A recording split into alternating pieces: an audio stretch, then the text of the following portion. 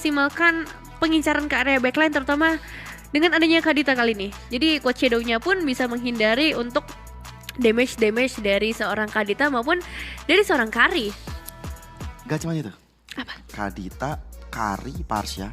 Oh ya, Parsha juga. HP-nya gak terlalu besar. Dengan ada damage dari Hayabusa.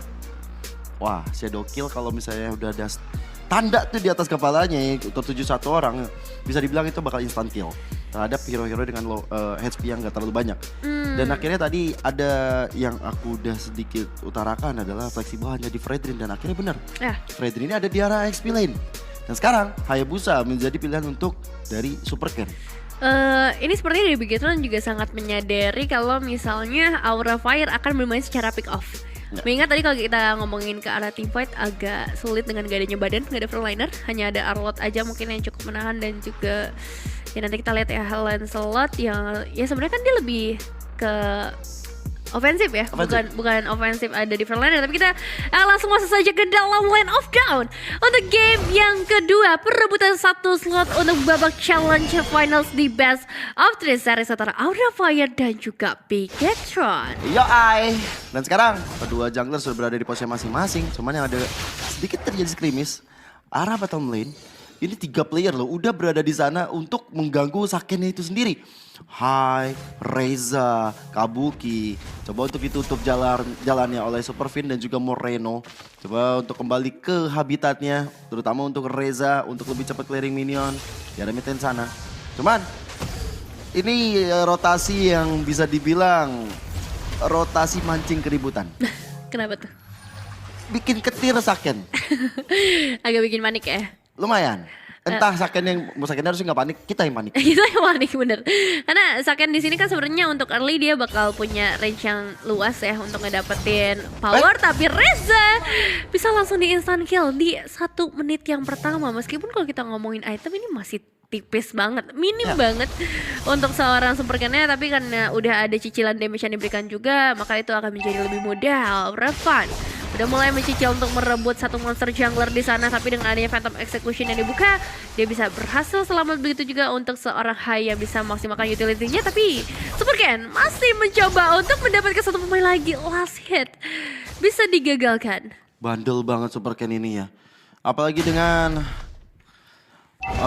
Master of Assassin yang dia gunakan sebagai emblemnya. Ketika dia single target ini bakal lebih sakit lagi damage-nya. Terbukti tadi terhadap Reza menjadi first blood yang terjadi dari kedua tim di game kedua ini. Paling di garis depan mencoba untuk mengejar ke arah Soriso dan Fan yang berhasil mendapatkan turtle ini. Karena pergerakan dari Superken masih cukup jauh dan dia lebih prioritaskan ke arah purple buff terlebih dahulu. So ini sebenarnya kalau emang mau ganggu ke arah Superfin bisa banget. Kita tahu ya, Grok nggak ada magical defensive. Sedangkan dari Aura Fire punya 2 magical attacker.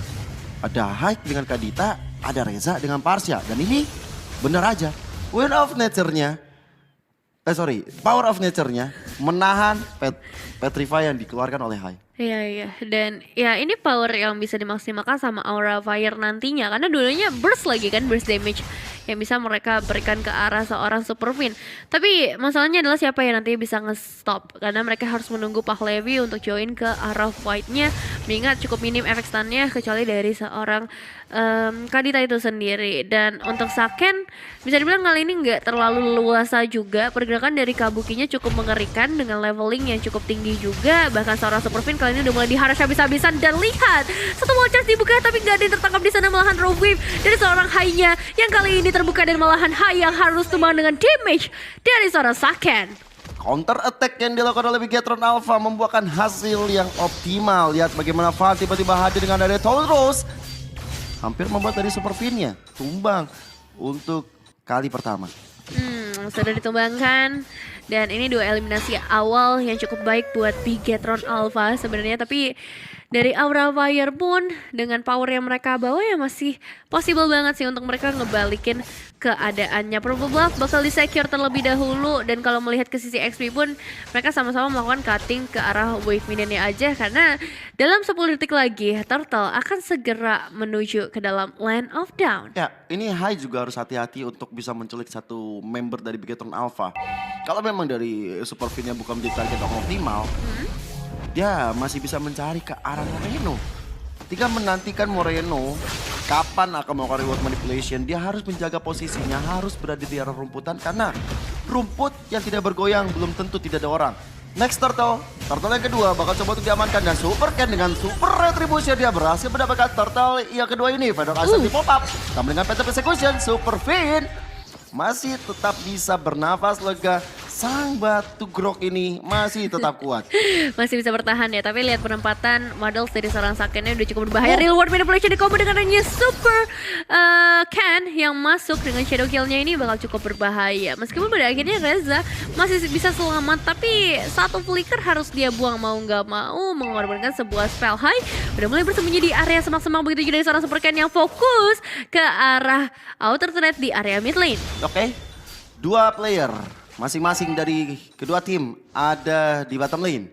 Saken, Superfin, dan Kabuki udah mulai ditinggalkan oleh Hai. Hai juga masih mencari-cari siapa yang layak untuk dia bisa instant kill. Sejauh mata memandang aku suka banget Moreno. Dia menjauhi area teritori yang dimana ada memungkinkan sosok Hai berada. Dan dia selalu berada di pinggir-pinggir kanan. Di belakang. Dan sekarang udah mulai ada shadow kill di belakang Hai dalam ancaman. Walaupun ada Fedor Ice Strike, tapi kali ini pertukaran antara Hai dan Super Ken masih untung bisa didapatkan oleh Aura Fire karena Romer ditukar dengan jungler. Iya, meskipun Kadita ya, tapi kali ini posisinya ada di sisi Romer, jadi sebenarnya nggak terlalu banyak keuntungan yang bisa diperoleh mengingat posisi dari Reza, tapi sekarang bakal dibalaskan begitu saja dengan Real World Manipulation. Moreno berhasil memulangkan satu pemain dan Van harusnya akan mencoba memberikan pembalasan, tapi nggak ada lagi sound skill yang tersisa setelah adanya Phantom Execution yang langsung membuat Superfin mau nggak mau dia harus pulang dulu nge-recharge lagi dari segi tenaganya, dan Hai akan langsung masuk kali ini. Efek knock-up-nya udah mulai terasa dan Rogue Wave bakal dibuka, tapi Zorizo masih memiliki satu flicker dan bahkan dia nggak memutuskan untuk pulang saat ini. Masih bakal coba untuk nge-clear ke arah wave minions terlebih dahulu, tapi pertukaran sudah dilakukan oleh Aura Fire. Serem. Udah mulai ada satu konsil yang dibuka. Zorizo mencoba untuk membuat dia bertahan, tapi ternyata combo Kabuki dan juga Haik membuahkan hasil yang maksimal. Bahkan di area bottom lane, Saken sendirian bakal coba untuk diusir, tapi masih ada go away yang dilakukan Pak Levi. Kali ini sulit untuk bergerak dan Superfin agak sedikit terlambat untuk melakukan wall charge sehingga serangan yang dibangun oleh Bigetron Alpha tidak berimpact yang maksimal. Dan kali ini dengan ada Tondros mencoba untuk memperebutkan satu turtle yang terakhir. Dan turtle yang didapatkan oleh Var, reward manipulation dibuka. Ada shadow kill sebagai balasan dendam lebih high. Hampir saja ditumbangkan dengan ada Void Crystal yang dikeluarkan oleh Moreno. Itu Van harusnya udah tahu betul ya dia gak akan selamat dengan HP yang terbatas, tapi kali ini Super Ken juga gak punya HP yang terlalu banyak, bisa langsung ditumbangkan. Ini dia power pick up dari Aura Fire. Meskipun Super Ken membawa Master Assassin di sisi emblemnya, tapi jangan meremehkan juga burst damage yang bisa dikeluarkan oleh Kadita dan juga Varsha. Sama-sama menuju ke arah Clock of Destiny untuk magic power yang lebih besar lagi nih bakal menjadi bahaya. Untuk Silver Ken sendiri, dia akan menuju ke arah Blood of Despair sepertinya dengan dua Legend Swords yang sudah secure dan juga satu Hunter Strike. Ya, ini damage-nya udah lumayan ngeri ya dari kedua jungler. Dan bahkan kalau kita lihat dari Van, damage dengan ya? War X yang dia buat dan menuju ke arah Thunderbelt sepertinya. Jadi ada sedikit efek slow yang dimiliki dari serangan Van itu sendiri. Cuman perbedaan dari game pertama, game kedua. Aku melihat Aura di sini masih bisa untuk menahan ya.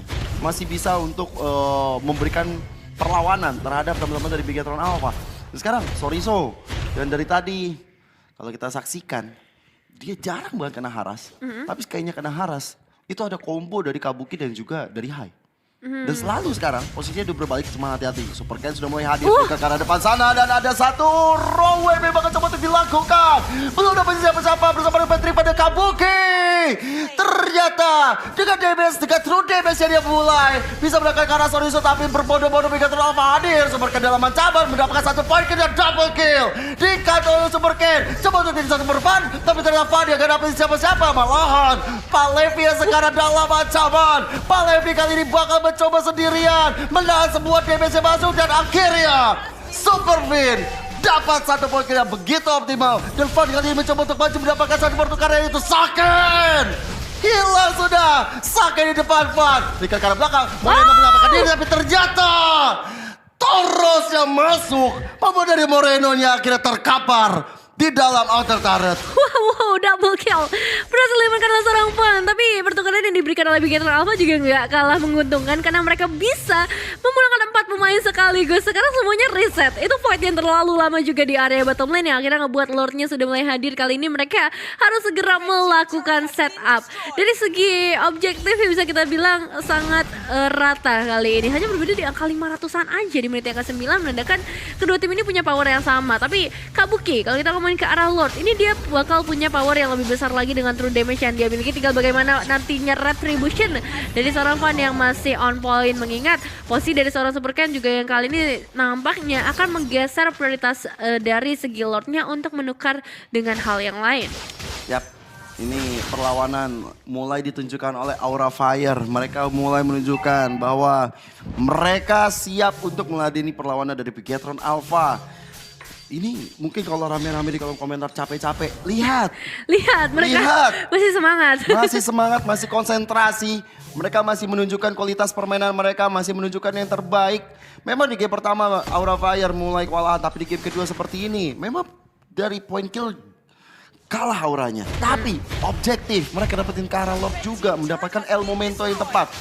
Mulai membuat dari Bigetron Alpha sekarang ketar-ketir setelah Lordnya mulai hadir. Nah, balik lagi ini bisa menjadi game siapa aja ya. Bahkan di area top lane pun kita ngelihat adanya split yang dilakukan antara dengan adanya Hayabusa dari seorang Super Ken dan juga Hai dengan Kaditanya. Mid lane udah bakal coba untuk diharas kali ini. Zorizunya berhasil tertangkap dengan adanya Soul Final Slash. Bahkan solo pick off di area atas berhasil Kodek membuat Super Ken harus langsung pulang. Dan bahkan kali ini Kabuki pun berhasil ngedapetin beberapa damage output yang akhirnya ngebuat Zorizunya udah nggak bisa bertahan lagi. Wow, Aura Fire sepertinya benar-benar terbakar di game kali ini karena Kabuki pun di area top lane-nya bisa langsung nge-meltdown satu inner turret. Aku setuju, udah mulai ada api-api bakaran yang dibakar oleh Aura Fire untuk memicu mentalitas mereka. Inner turret satu persatu udah dirontokkan dan mereka udah mengurungkan niat untuk menyerang kembali. Mereka bersabar kembali, mereka udah dapetin objektif yang ada. Mereka udah mendapatkan apa yang mereka mau. Terutama tadi dari Hai yang bagus banget. Diam-diam di atas. Dapetin karena Super Ken, combo Petrify dan juga Rock Wave menjadi jawaban. Hai, seakan-akan mengingatkan kita kepada Godiva. Iya, aduh cukup ngangenin ya, tapi kita bakal lihat dari nggak usah nangis. Oh, ya, maaf. Aduh kebiasaan nangis dulu. Tapi Hai memang kalau kita lihat dia udah megang satu Divine Glaive, jadi nggak heran untuk bisa langsung nge-meltdown seperti itu, karena ya bakal ada penetrasi juga di sana. Sementara di sisi lain ini Fan dengan adanya Molten Essence dan juga Endless Battle, bahkan Guardian Helmet, dan bisa dibilang ini gold yang banyak banget udah diperoleh oleh seorang Fan. Karena kan ya power Lancelot di tangan seorang Fan juga gak kalah dengan Super Ken di game sebelumnya. Dan eliminasinya udah disamaratakan, tapi goldnya dilempar jauh banget sama Aura Fire sampai ke sekitar angka 5.000 kurang ya. Dan dari gold earn pun kita ngelihat dominasi dari adanya seorang Fan dan juga Kabuki memang bakal selalu ke arah jungler dan juga ke sisi god lanernya. Fan barusan dapat purple buff. Otomatis dari Super Ken bakal boros dari segi energinya. Selain dia gak dapat purple buff, ya ibaratnya purple buff untuk Super Ken adalah monster energy drink. Dan dia gak dapat itu, ya stamina akan cepat habis. Lord yang kedua segera diamankan, tapi ada konsil, harus hati-hati di garis belakang. Tapi ternyata Fan bisa dapetin hal tersebut. Udah ada shadow kill yang masuk ke dalam tubuh Fan itu sendiri. Damage-nya tidak terlalu berasa. Malahan ada satu Wings by Wings yang coba dilakukan oleh Reza, mengejarkan Super Ken dan Super Ken dalam ancaman. Mendapatkan Feather Ice Strike dan di assist-nya tepat. Super Ken dia hilang. Ada Thornrose dan kali ini Aura Fire benar-benar membuat kita terbakar keseruan di game yang kedua ini. Iya benar-benar nggak ngasih space lagi loh untuk Bigetron Alpha. Hanya dengan satu momen saja mereka bisa mengubah segalanya. Dan ya kali ini dengan 2 kali Lord yang mereka amankan, bahkan Lordnya bakal menuju dari area mid lane, ini kemungkinan besar mereka bisa menembus sampai ke sisi base turret. Dan kalau misalnya combo dari Aura Fire terjadi lagi, gak menutup kemungkinan kalau misalnya dari Bigetron Alpha bisa memperoleh banyak banget nih eliminasi dari tim Aura Fire. Oke, Lord sudah berjalan. Superfin udah kelihatan gerak-geriknya di tangan Reza. Lordnya sudah mulai mengamuk di arah mid lane. Bakal coba untuk dihilangkan, tapi Superfinnya udah kena impact dari Final Slash. Coba untuk bertahan sekuat tenaga, tapi ya Superfinnya ada flicker ke arah belakang sana. Reward manipulation di pop up, Kabuki dalam ancaman. Masih bisa kabur dengan Shadow Kill. Dari Super Ken, hampir saja meregang nyawanya sendiri. Bahkan Sorizo terkena impact dari Raw Wave. Dan juga diselesaikan dengan sangat baik oleh Val di depan sana. Best turretnya berhasil dirotokkan di bagian mid lane. Konsil di pop up, coba mengejar orang-orang penting di sana. Saken menjadi target operasi, tapi Superfin kali ini nggak punya wild charge. Superfin bakal mencoba untuk menutup jalan anak-anak dari Aura Fire. Tapi sing-sing dari Van mengejar karena Saken dengan puncture. Masih ada Thanos untuk mundur. Dan kali ini Van still alive. Van sih bener-bener nyapu minion ya di sana. Dan bahkan kali ini gak ada yang keluar, tapi masalah Superfin bisa langsung terculik. Kali ini Super Ken mencoba untuk melakukan pertukaran, tapi gak bisa.